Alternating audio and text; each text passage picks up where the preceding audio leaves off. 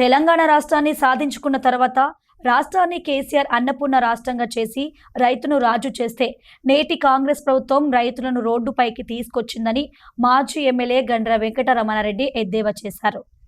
Bhupalpally municipality పరిధిలోని 17వ ward Subhash కాలనీలోని పట్టణ అధ్యక్షుడు కటికం జనార్దన్ అధ్యక్షతన నిర్వహించిన బస్తీబాట కార్యక్రమంలో ముఖ్య అతిథులుగా భూపాలపల్లి మాజీ ఎమ్మెల్యే గండ్ర వెంకటరమణారెడ్డి, వరంగల్ జిల్లా జెడ్పీ మాజీ చైర్పర్సన్, భూపాలపల్లి జిల్లా బీఆర్ఎస్ పార్టీ అధ్యక్షురాలు గండ్ర జ్యోతి హాజరయ్యారు. ఈ సందర్భంగా 17 వార్డులో పర్యటించి ప్రజల సమస్యలను నేరుగా అడిగి తెలుసుకున్నారు. అన్ని వర్గాల ప్రజలకు ఇచ్చిన హామీలను నెరవేర్చడంలో ప్రభుత్వం పూర్తిగా విఫలమైందన్నారు. 6 గ్యారెంటీలు 420 హామీలు ఇచ్చి మభ్యపెట్టి అధికారంలోకి వచ్చిన తర్వాత ప్రజలను మోసం చేస్తున్న ప్రభుత్వం రేవంత్ రెడ్డి కాంగ్రెస్ ప్రభుత్వం అన్నారు.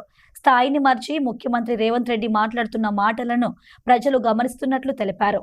ఈరోజు సుభాష్ కాలనీలో 17వ వార్డు ప్రాంగణంలో నిర్వహిస్తున్నటువంటి బస్తీ బాట ఈ రోజు చాలా రోజుల తర్వాత ఏదో సందర్భంలో వస్తున్నాం పోతున్నాం కానీ అందరు చాలా మందితో కలుసుకోవడం, కొన్ని విషయాలు మాట్లాడుకోవాలనే ఉద్దేశంతో ఈ రోజు బస్తీ బాట పెట్టుకోవడం జరిగింది. ప్రభుత్వాలు వస్తుంటాయి పోతుంటాయి, నాయకులు వస్తుంటారు పోతుంటారు. అభివృద్ధి అనేది నిరంతర ప్రక్రియగా సాగాల్సినటువంటి అవసరాన్ని గతంలో కేసీఆర్ గారి ప్రభుత్వం ఈ రోజు రాష్ట్రం సమగ్రాభివృద్ధి చెందాలంటే పల్లెలు పట్టణాలు సమాంతరంగా అభివృద్ధి చెందినప్పుడే అది నిజమైనటువంటి అభివృద్ధి అని ఆకాంక్షించి ఈరోజు పట్టణంలో గతంలో నేను మొదటిసారి ఎమ్మెల్యేగా ఉన్నప్పుడు ఈ ప్రాంతంలో ఎండాకాలం వచ్చిందంటే అత్యంత ఇబ్బందికరమైన పరిస్థితి, మంచినీటి సమస్య ప్రధానంగా ఉండేది.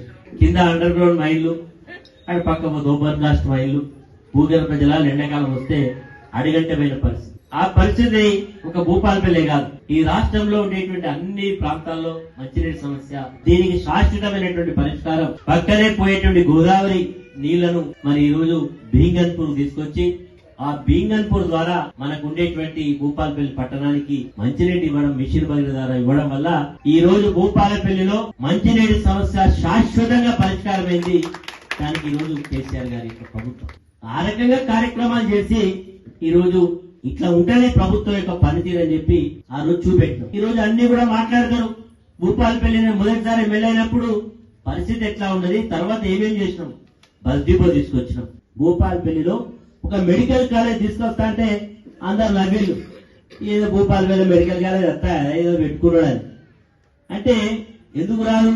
సంకల్పం ఉంటే, చేయగలిగినటువంటి ధైర్యం ఉంటే భూపాలపల్లి మెడికల్ కాలేజీ తీసుకొచ్చి ఈ రోజు 3వ బ్యాచ్ విద్యార్థులు చదువుకుంటా ఉన్నారు.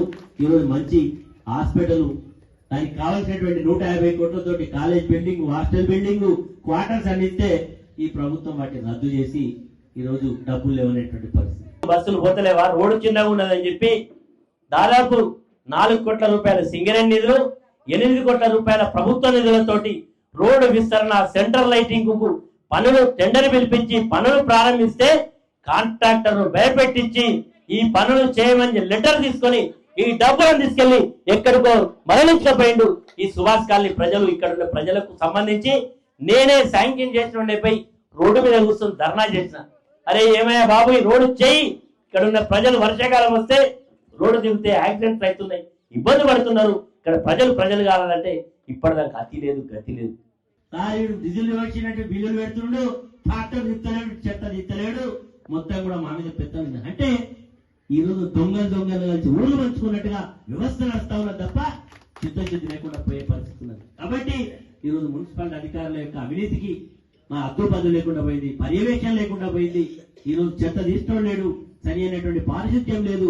సంవత్సర కాలం నుంచి కూడా ఎక్కడ మొత్తం వ్యవస్థ ఆగిపోయింది. వదిలేసిండ్రు గ్రామ పంచాయతీలు, గాలికి వదిలేసిండ్రు. జిల్లా పరిషత్లు ఏది లేదు వాళ్ళకి ఇప్పుడు ఉన్నటువంటి వాళ్ళకి అక్కడ ఆయన ముఖ్యమంత్రి అనేటోడు ఎట్లా అంటే ఆయన కుర్చీని కాపాడుకోవాలి, ఆయన ఎవరు ఏమి ఎట్నుంచి ఎవరు గుంజుతారో, ఎట్నుంచి ఏం చేస్తారో అనే ఒక భయంలో ఉండి, ఒక ఫ్రస్ట్రేషన్లో ఉండి ఆయన కుర్చీ కాపాడుకోవడంలో బాధ్యతలనే ఉన్నాడు తప్పితే మన రాష్ట్రాన్ని కాపాడాలి, రాష్ట్రంలో ఉన్నటువంటి మరి మహిళలకు ఏం కావాలి, యువకులకు ఏం కావాలి, రైతులకు ఏం కావాలి, మరి పట్టణాలలో ఏంది, పల్లెలలో ఏంది అనేది లేదు.